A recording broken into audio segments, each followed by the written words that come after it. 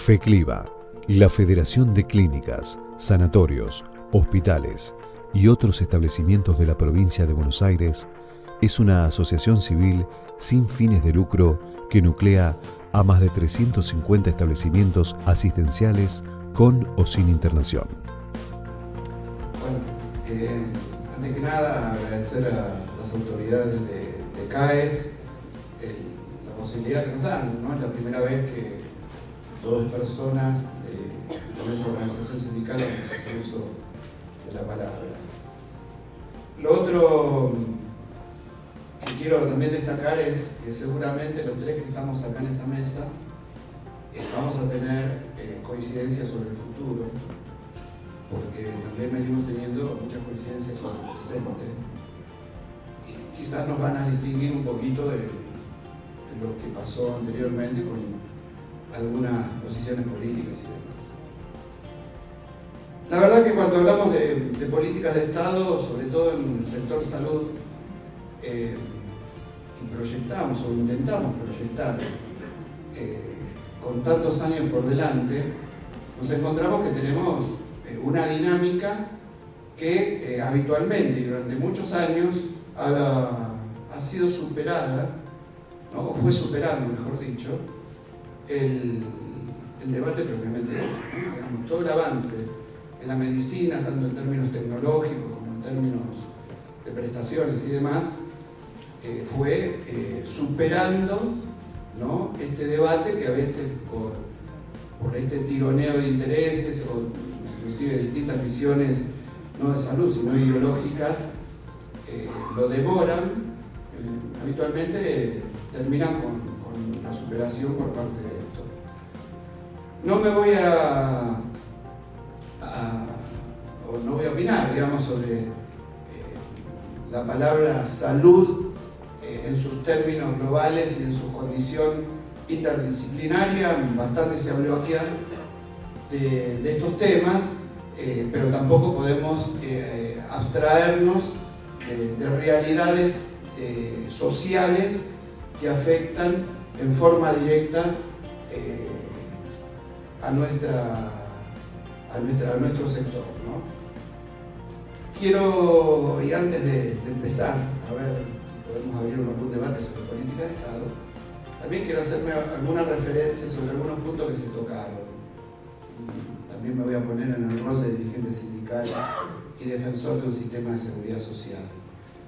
Cuando desde un punto de vista ideológico, de pertenencia sindical y de ver un país con características de igualdad, con características sociales, de movilidad social y demás, nosotros no nos planteamos destruir un modelo de seguridad social como el que tenemos, porque las coyunturas, producto de muchas políticas equivocadas, nos hayan llevado a tener un grado de informalidad en la economía y que hoy esté quizás al borde de esa seguridad social. Y pongo al borde y no afuera, porque la seguridad social todavía sigue sosteniendo parte de esa informalidad a través de la cobertura de su relación familiar que tienen todos los argentinos, todos los compatriotas y todos los que habitan este país, que están al borde de en un sector informal de la economía, son cubiertos, más allá de los monotributistas, más allá del personal doméstico, que en su momento se utilizó el sistema para darle cobertura y aún siendo algo que genera un costo importante y no compensado desde el Estado, el sistema lo sigue sosteniendo. Nosotros como precepto lo que queremos es un país donde la economía sea formal, donde los trabajadores sean formales y donde la cobertura de la seguridad social tenga que ver plenamente con la llegada a todo ese universo de personas que trabajan y que seguramente su grupo familiar a través de esto tendría la cobertura social. Y para empezar a hablar de temas concretos sobre políticas de Estado, hay un tema de fondo que es el financiamiento presente y el financiamiento futuro del sistema. No podemos evadir con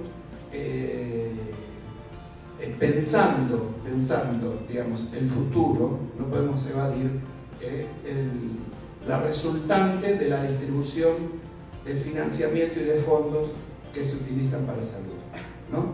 Podemos plantearnos mejoras, podemos plantearnos un sistema más operativo o menos operativo, pero la llegada de un montón de medicamentos y de tecnología y demás nos hace ver de qué manera vamos a redistribuir la torta del financiamiento. Y acá empiezan los temas que nosotros, que somos por un lado trabajadores, tenemos una organización que financia las prestaciones de salud de un sector importante que son nuestros afiliados, como es el IOMA o como son tantas obras sociales, ¿no? Empezamos a tener la llegada, como en algún momento tuvimos la llegada de la tecnología, que agregó precisión en el diagnóstico, agregó precisión en la tarea prestacional, pero trajo un costo de financiamiento que no fue compensado de ninguna manera, ¿no?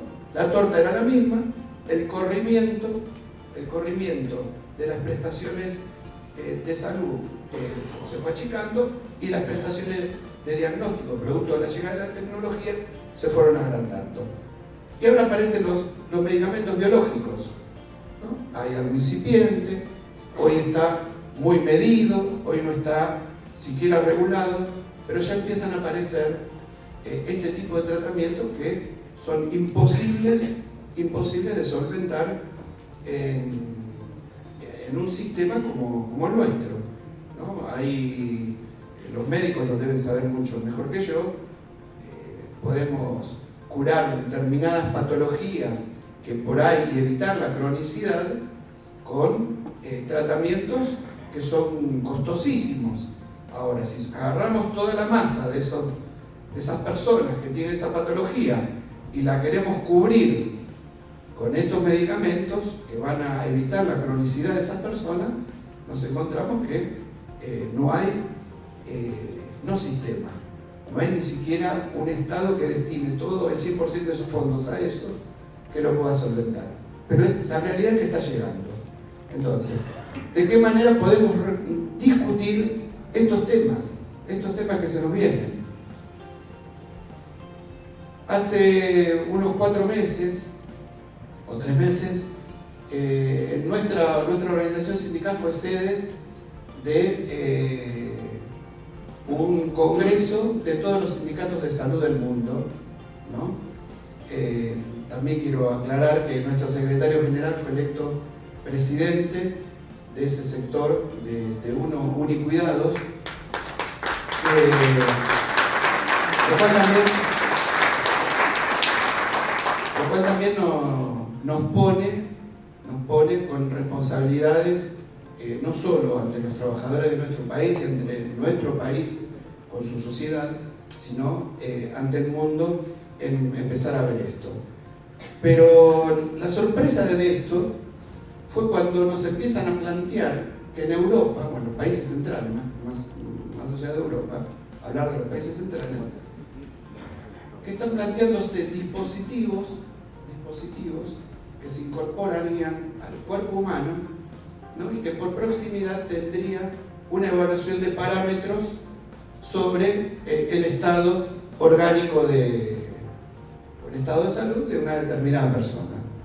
Para nosotros sería estar pensando en que a partir de ahora tomamos un colectivo y viajamos a la luna. Esto también lo pensábamos de las demás cosas que vinieron apareciendo y nos terminaron pasando por arriba. Entonces, si toda esta evolución se da y nosotros no tenemos la capacidad de ver ese futuro, que no es el futuro, ver cómo reasignamos 10 pesos que le sacamos a un hospital para dárselo al otro, sino empezamos a pensar en el marco de salud colectiva que podemos tener. Y acá está el otro tema que tiene que ser política de Estado. Nosotros tenemos que volver a construir la solidaridad del sistema de salud. No podemos seguir pensando que podemos tener un sistema de salud donde se piensa y se asume como individualidades. Hoy lo decían por acá, ¿no? Que creo que Oscar lo dijo. Uno se lleva su aporte que piensa que es de él, ¿no?, a un lugar donde lo atiende una prepaga. El problema es que el aporte no es personal de ninguno de nosotros. El aporte es del sistema de salud. El aporte es del sistema de salud. Y lo que no tenemos que asumir es que esta mención individual, ¿no?, o individualista más que individual, hace posible una salud mejor en el futuro. Por eso, digamos, el otro tema de fondo son las desigualdades. No existe diferencia entre un efector de salud que cobra 1.000 pesos una prestación y un efector de salud que cobra 100 pesos la misma prestación. No hay diferencia ni de mortalidad, ni de mala praxis, ni de nada.